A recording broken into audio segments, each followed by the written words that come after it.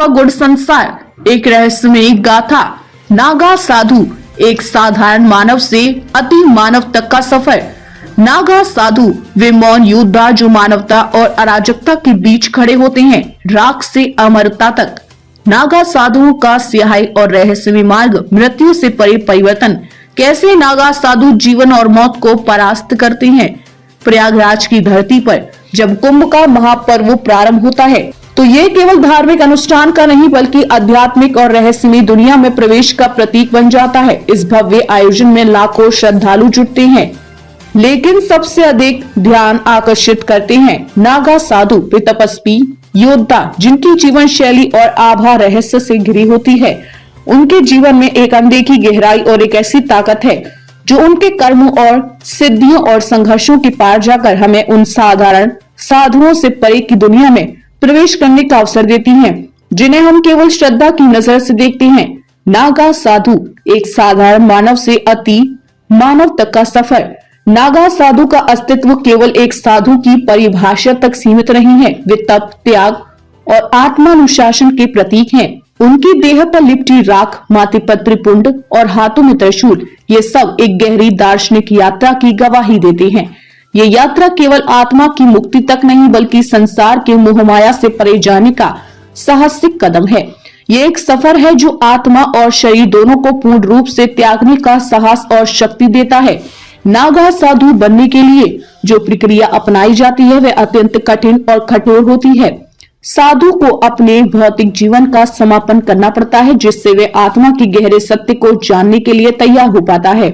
ये एक ऐसा सफर है जो उसे अपनी पहचान से दूर कर एक नए अस्तित्व में प्रवेश दिलाता है। जब साधु अपने शरीर और मन के बंधनों को तोड़कर भौतिकता से परे जाने का संकल्प करता है तो वह एक अलौकिक दुनिया में प्रवेश करता है। इस पथ में जो साधक खुद को खोने का साहस करता है वही केवल सच्चे नागा साधु के रूप में बदल सकता है।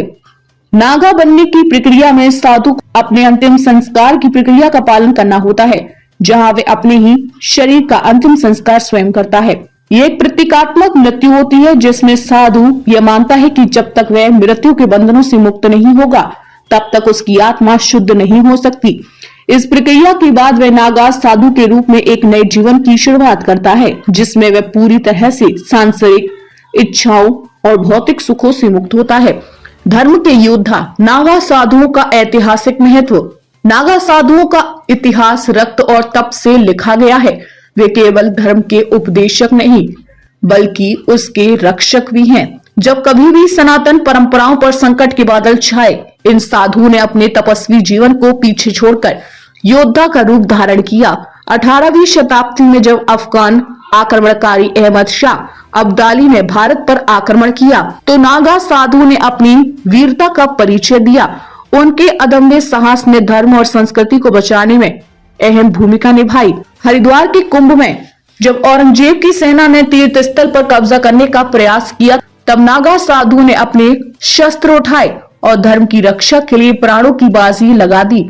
वे केवल योगी या साधक नहीं थे बल्कि जब भी किसी बाहरी आक्रमणकारी ने भारतीय धर्म और संस्कृति को चुनौती दी तब वे अपनी तलवारें उठाकर युद्ध भूमि पर भी उतरे। उनके संघर्षों के कारण ही आज हम अपनी सांस्कृतिक विरासत को बचाए हुए हैं।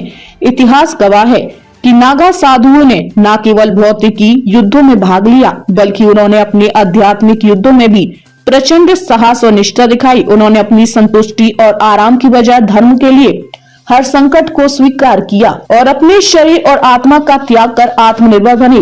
यही कारण है कि वे केवल आध्यात्मिक साधक नहीं बल्कि समाज के नायक भी माने जाते हैं। नागा दीक्षा आत्मा को भस्म करने की साधना।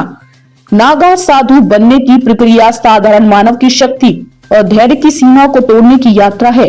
इस कठिन साधना में साधुओं को अपनी इच्छाओं और सांसारिक मोह से मुक्ति पानी होती है।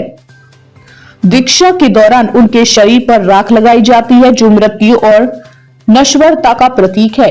यह उन्हें सांसारिक आकर्षणों से परे ले जाने का माध्यम बनता है। इस साधना में साधु अपने इंद्रियों पर पूर्ण नियंत्रण पाने का प्रयास करता है ताकि वे किसी भी भौतिक सुख से प्रभावित ना हो। नागा साधु बनने की प्रक्रिया में साधु को न केवल मानसिक बल्कि शारीरिक और आत्मिक रूप से भी कठिनाइयों का सामना करना पड़ता है। अपने शरीर की सीमाओं को पार करते हुए वह आत्म प्रकाश की ओर बढ़ता है। यह दीक्षा केवल एक कर्मकांड नहीं बल्कि एक गहरी तपस्या है जो साधक को अपने भीतर छिपे अज्ञेय तत्वों को जानने और समझने का अवसर प्रदान करती है। इसके अलावा नागा साधुओं के जीवन में एक अन्य महत्वपूर्ण पहलू है जो है उनके जीवन की गहन साधना और तप। यह साधना न केवल शारीरिक बलिदान है बल्कि आत्मा के शुद्धिकरण की प्रक्रिया है। नागा साधु अपने जीवन के हर पहलू में यह गहराई लाने की कोशिश करता है। यही कारण है कि वह असीम शांति, संतुलन और धैर्य का प्रतीक बनता है। नागा साधु तपस्वी योद्धाओं का जीवन। नागा साधु के जीवन का हर पहलू साधारण मानव सोच से परे है। वे न केवल कठोर तपस्या करते हैं बल्कि अपने शरीर और मन की पीड़ा को सुख दुख के प्रति निर्लिप्त बनाते हैं। गुफाओं, पहाड़ों और घने जंगलों में उनका निवास उन्हें सांसारिक शोरगुल से दूर एकांत में आत्म साक्षात्कार का मार्ग दिखाता है। उनका जीवन पूरी तरह से ध्यान और साधना में बसा होता है। ये साधना उन्हें आत्मा के अदृश्य सत्य को समझने में मदद करती है। कुंभ में उनका अमृत स्नान धर्म की गहराई और पवित्रता का प्रतीक बनाता है। ये केवल एक धार्मिक अनुष्ठान नहीं बल्कि एक गहरी आध्यात्मिक प्रक्रिया है जिसमें साधु खुद को शुद्ध करने का प्रयास करते हैं। अमृत स्नान के समय वे अपने तपस्वी जीवन की कड़ी परीक्षा में खड़े उतरते हैं और दिखाते हैं कि वे कितने शुद्ध और सत्य के प्रति समर्पित हैं। नागा साधु का जीवन केवल संघर्ष और तपस्या नहीं है बल्कि यह एक गहरी साधना है जो मानवता के सर्वोच्च स्तर पर पहुंचने का एक रास्ता है। यह साधना उन्हें केवल अपनी आत्मा तक सीमित नहीं करती बल्कि उन्हें समग्र ब्रह्मांड की गहराई को भी महसूस करने का अवसर देती है। शस्त्र और शास्त्र का संगम। आदि शंकराचार्य ने जब धर्म की रक्षा का संकल्प लिया तो उन्होंने केवल शास्त्र पर निर्भर रहने की अपेक्षा नहीं की। उन्होंने अखाड़ों की स्थापना की जहां साधुओं को शस्त्र और युद्ध कला में भी निपुण बनाया गया।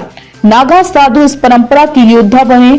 उनके लिए शस्त्र धारण करना धर्म की रक्षा का माध्यम है जो उन्हें केवल एक सन्यासी नहीं बल्कि तपस्वी योद्धा बनाता है। नागा साधु ये जानते हैं कि धर्म केवल शास्त्रों तक सीमित नहीं होता बल्कि इसके लिए संघर्ष और बलिदान भी आवश्यक होते हैं। इसलिए उन्होंने शास्त्र के ज्ञान के साथ साथ शास्त्रों में भी निपुणता प्राप्त की। यह उन्हें किसी भी प्रकार के संघर्ष में खुद को सुरक्षित रखने की शक्ति प्रदान करता है। वे किसी भी विपरीत परिस्थितियों में धर्म की रक्षा करने के लिए तैयार रहते हैं। आज हालांकि वे शस्त्र नहीं उठाते, फिर भी उनके प्रशिक्षण और संघर्षों की गाथाएं उनकी शक्ति और साहस का प्रमाण है। कुंभ में उनकी उपस्थिति धर्म और शौर्य का संगम दर्शाती है जो हमें ये सिखाती है कि धर्म की रक्षा के लिए केवल मानसिक शक्ति ही नहीं बल्कि शारीरिक साहस भी जरूरी होता है। कुंभ के तारणहार। कुंभ का यह महापर्व नागा साधुओं की उपस्थिति के बिना अधूरा है। उनका स्नान केवल एक धार्मिक अनुष्ठान नहीं बल्कि यह दर्शाता है कि धर्म की जड़ें कितनी गहरी और अडिग हैं। नागा साधुओं की तपस्या, उनका अडिग संकल्प और उनके जीवन का रहस्यमय पहलू कुंभ को अद्वितीय बनाती हैं। यह धार्मिक और आध्यात्मिक यात्रा केवल साधु के लिए नहीं बल्कि पूरे समाज के लिए एक प्रेरणा बनती है।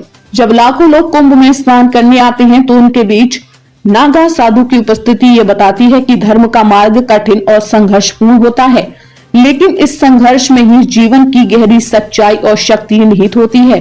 नागा साधु केवल साधारण तपस्वी नहीं बल्कि वे धर्म, आत्मा और साहस के सजीव प्रतीक हैं। उनका जीवन गहराई, रहस्य और अडिग संकल्प की कहानी है।